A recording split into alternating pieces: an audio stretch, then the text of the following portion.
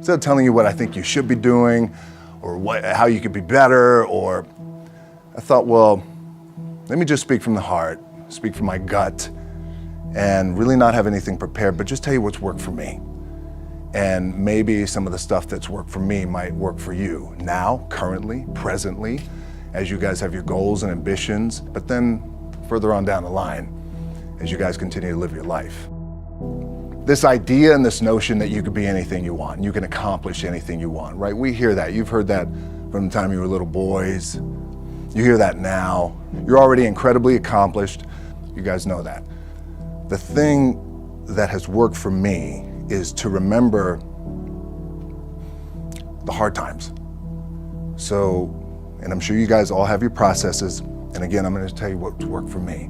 So before a big movie comes out, before, back in the days when I was wrestling with WWE, a WrestleMania match, anything big that would happen, I would always take a moment and I'd just remind myself, all right, I was evicted when I was 14. We were kicked off the island. We couldn't live in Hawaii. Had no place to live. A lot of shit happened then when I moved to Nashville. I was arrested multiple times by the time I was 16 years old. I would remember that, and it allows me then to be present in the moment and understand, holy shit, the stuff I have around me right now, this is the shit that I dreamed of when I was a kid. I am here. I played for University of Miami, played for great teams. Warren Sapp, Ray Lewis, they were my teammates. They were balling. Warren Sapp was playing tight end that time. I was starting defensive tackle. Yeah, they moved him over to D-line. And he looked at me, he's like, yo, dude, I'm gonna take your spot. And I said, you ain't taking my spot. He said, I'm gonna take your spot. I said, no, you ain't. We battled, and he took my spot. Now you can imagine how that with me, because there goes my opportunity. He went in, switched to defensive tackle, lit the world on fire. Well, what that did, it crushed me, it crushed my dreams. I had a piss poor senior year, zero production, no NFL, no combine invite, nothing. Finally went to the CFL. Calgary Stampeders, making $250 a week Canadian. Now I had to send that home to my wife at that time. Had no money.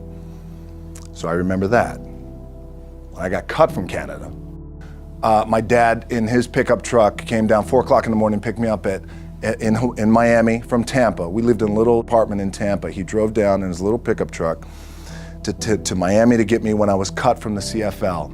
And I thought, well, I leave home like you guys left home. I'm ready to tackle the world, to get after it, achieve my dreams and goals. Crushed by 22, 23 years old. Now I gotta move back in with my mom and dad. I played on great teams though. Wait a second, this is not supposed to be my future. I'm supposed to be in the NFL right now. I'm supposed to be making a lot of coin and buying my parents, buying me, taking care of my wife, but it never happened. So I pulled out my wallet, I thought, well, let me see how much money I have. I opened it up, I had a 5, a 1, and change. Well, at least I rounded up to $7. But I thought, God, ain't this a bitch? I got $7 in my pocket. Where the f do I go now? What do I do? I can't go back to CFL. The point comes where you hear that voice, the big run's over. Like, you're done, right? So I heard that voice. So as Coach was saying, man, I hold on to that. I'm telling you, I keep my back is up against this mother. We laugh, we joke, we have a good time, but my back is still up against this motherfucker. I do not forget it.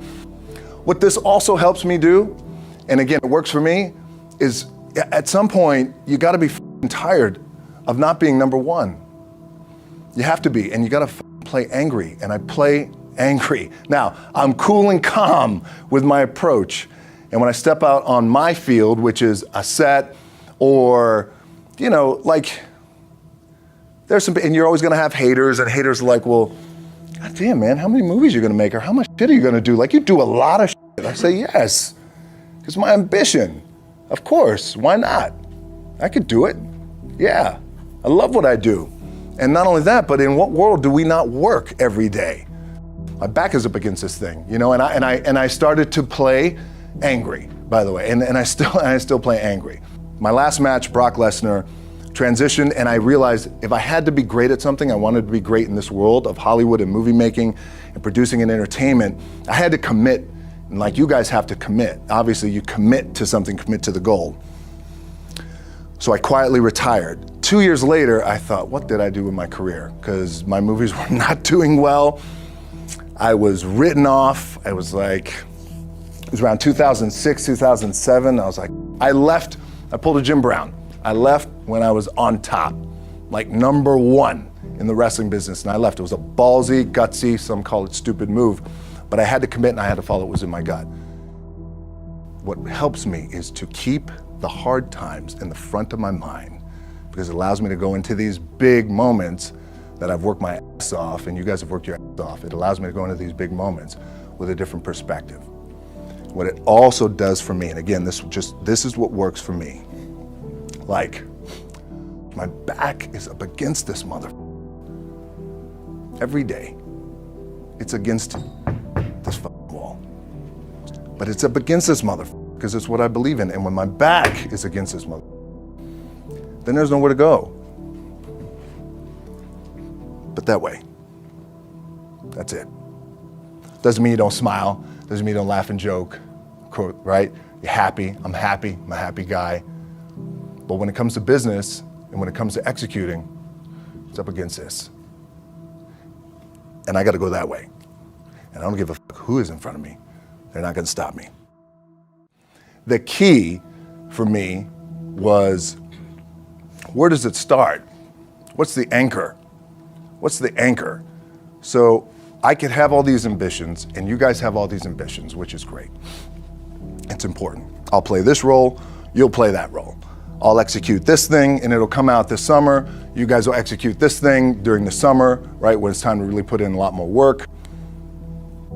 But the key with me is just always finding what the anchor is. And the anchor is getting up at 4 o'clock in the morning every day before anybody else, and grounding my thought process is in the no one will outwork me. No one. I love and I respect you guys. Motherfucker won't outwork me. All starts with this. 2 hands, putting it to work. As you guys know, there's nothing you can't accomplish. You're gonna go on, you're gonna become world champions. The key for me, what I think one of the keys is, remember where you came from, keep that in the front of your mind, and when shit goes bad and it goes sideways, a lot of shit does, you're getting booed out of the building, or you're coming through this injury, or people are writing you off, oh, you guys ain't make it, any of that, you gotta keep it in here. And it really has to, it should drive you, it should. It works for me, it should drive you. You got all the talent in the world, it's all here. Really the 2 things I wanna say are, you gotta be the hardest workers in the room, and don't f the opportunity up.